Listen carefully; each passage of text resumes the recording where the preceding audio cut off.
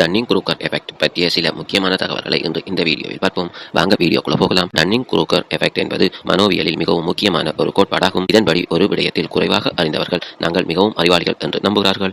ஆனால் அதே விடயத்தில் ஆழமாக அறிந்தவர்கள் தாங்கள் இன்னும் கற்க வேண்டும் என்று உணர்வார்கள். இதை 1999 டேவிட் டன்னிங் மற்றும் ஜஸ்டின் குரூக்கர் என்ற இரு உளவியலாளர்கள் கொர்னல் யூனிவர்சிட்டியில் நடத்திய ஆய்வுகளில் நிரூபித்தனர். அவர்கள் மாணவர்களிடம் லாஜிக், கிராமர், ஹியூமர் புரிதல் போன்ற சோதனைகளை நடத்தினர் என்பதும் குறிப்பிடத்தக்கது. குறைவான மதிப்பெண்கள் பெற்றவர்கள் தங்களின் திறனை மிகவும் அதிகமாக மதிப்பிட்டதாகவும் அவர்கள் உண்மையான திறனை விட உயர்ந்த நிலையில் தங்களை வைத்துக் கொண்டனர் என்றும் அதில் கூறப்படுகிறது.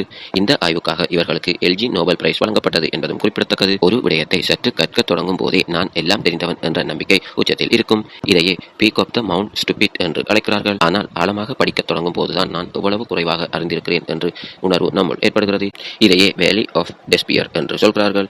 இதுவே உண்மையான அறிவியலின் தொடக்கமும் ஆகும். இந்த எஃபெக்டை நம் அன்றாட வாழ்வில் எங்கு வேண்டுமானாலும் காணலாம். உதாரணமாக சமூக வலைதளங்களில் 5 நிமிட வீடியோவை பார்த்துவிட்டு நிபுணராக பேசுவது இந்த எஃபெக்டுக்கான ஒரு தெளிவான உதாரணமாகும். மேலும் உண்மையாக ஒரு விடயத்தில் பூரண நிபுணத்துவம் பெற்றவர்கள் எப்போதும் இன்னும் தெரியவில்லை, இன்னும் கற்க வேண்டும் என்றே சொல்வார்கள். அரைகுறை அறிவு எவ்வளவு ஆபத்தானது என்பதை இந்த எஃபெக்ட் நமக்கு தெளிவாக உணர்த்துகிறது என்பதே உண்மையாகும்.